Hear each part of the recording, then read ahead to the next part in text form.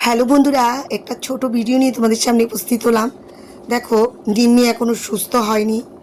আমি চেষ্টা চালিয়ে যাচ্ছি। ও খাওয়া দাওয়া ছেড়ে দিয়েছে, তো আমি টিউব করে করে একটু একটু দুধ খাওয়াচ্ছি। এতটাই দুর্বল, সে হাঁটতে পর্যন্ত পারছে না। আর কি চেষ্টা করছে তার বাচ্চাকে আদর করে সান্নিধ্য দিয়ে সুস্থ করতে।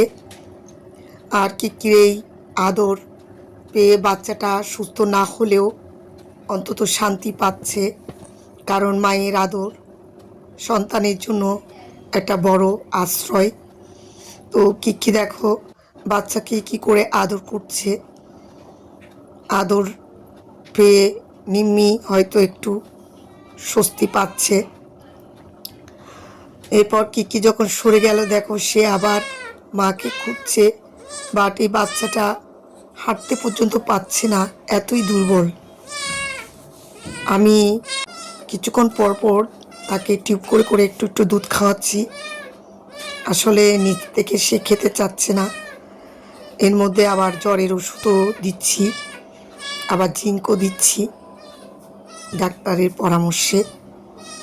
বাট কিছুটা ইমপ্রুভ হচ্ছে বলে মনে হচ্ছে। তোমরা আমার মিমির জন্য একটু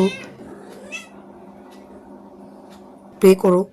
সে এতটা দুর্বল দেখে আমি তাকে কাতা মতো করে একটা কাপড় দিয়ে মুড়িয়ে শুইয়ে দিলাম। সেও দেখো কি সুন্দর করে ঘুমিয়ে আছে।